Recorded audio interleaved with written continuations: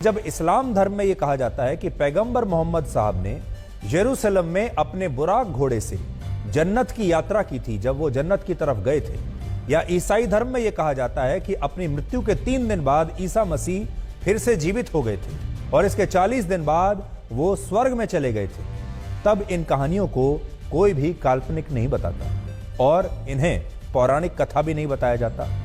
उन्हें मानने वाले लोग इसे अंतिम सत्य मानते हैं, इसे इतिहास बताते हैं। और अगर आप यरूशलेम चले जाएं तो आपको अल-अक्सा मस्जिद भी मिलेगी, वेस्टर्न वॉल भी मिलेगा और वहां तमाम जगहें वो मिलेंगी जिनकी वो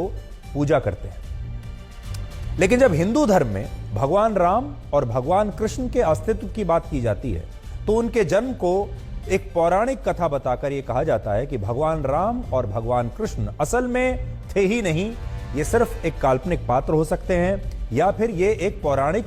कथा है। और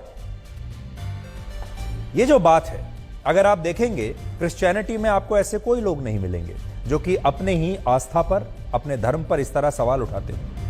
इसी तरह इस्लाम में भी आपको ऐसे लोग नहीं मिलेंगे। लेकिन हमारे देश भारत में शायद अकेला होगा भारत देश ऐसा जहां पर लोग अपने ही धर्म पर, हिंदू धर्म को मानने वाले लोग ही असल में सनातन धर्म पर सवाल उठाते हैं। और ये सब कुछ होता है अभिव्यक्ति की आजादी के नाम पर, ये सब कुछ होता है आजाद विचारों के नाम पर, और ये सब कुछ इसलिए होता है ताकि इसका चुनावों में फायदा ले सके। दूसरी बात यह कि कांग्रेस पार्टी के जिन नेताओं को इस बात से आपत्ति है कि प्रधानमंत्री मोदी को राम मंदिर के उद्घाटन में क्यों बुलाया गया, उन नेताओं से आज हम ये कहना चाहते हैं कि ये तमाम नेता अभी तक राम मंदिर क्यों नहीं गए।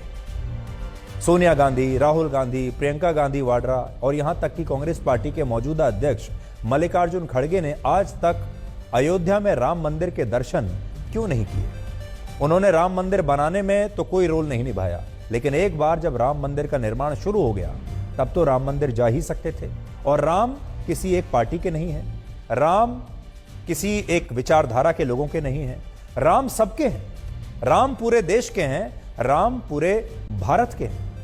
अब आप सोचिए, इस भारत में लगभग 110 करोड़ हिंदू रहते हैं या पूरी दुनिया भर में 100 करोड़ से ज्यादा हिंदू रहते हैं। ये सब जो राम मंदिर है ये उनकी आस्था का केंद्र है। और ऐसा तो नहीं है कि ये सारे लोग सिर्फ बीजेपी को ही वोट देते होंगे। ये सारे हिंदू वो हैं जो चुनाव में बीजेपी को भी वोट देते हैं, कांग्रेस को भी वोट देते हैं, समाजवादी पार्टी को भी वोट देते हैं, डीएमके को भी देते हैं, एआईएडीएमके को भी देते हैं, लालू प्रसाद यादव की पार्टी को भी देते हैं, तमाम पार्टियों को ये वोट देते हैं। लेकिन फिर भी एक सूत्र है जो इन्हें बांध कर रखता है और वो है ये राम मंदिर का सूत्र। आज भी अगर आप अयोध्या में जाएंगे और राम मंदिर के दर्शन करने के लिए जाएंगे तो आपको पता चलेगा कि पूरे देश से लाखों लोग हर महीने राम मंदिर आते हैं, इस राम मंदिर के भव्य निर्माण को देखने के लिए आते हैं। और उनके सबके आने का एक कारण है और वो कारण ये है कि इस देश के लाखों परिवार ये चाहते हैं कि राम मंदिर के निर्माण के दौरान उनका भी कोई ना कोई कंट्रीब्यूशन जरूर रहे, उनका भी कोई ना कोई योगदान जरूर रहे। और लोग चाहे वो दक्षिण भारत से आ रहे हों, हजारों किलोमीटर दूर से चलकर, आज भी बहुत सारे परिवार हर रोज राम मंदिर आते हैं और वो कहते हैं कि हम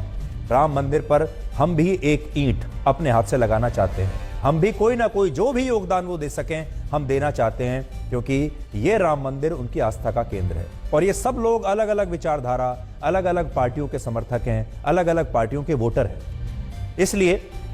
राम मंदिर को लेकर कम से कम राजनीति अब बंद हो जाए।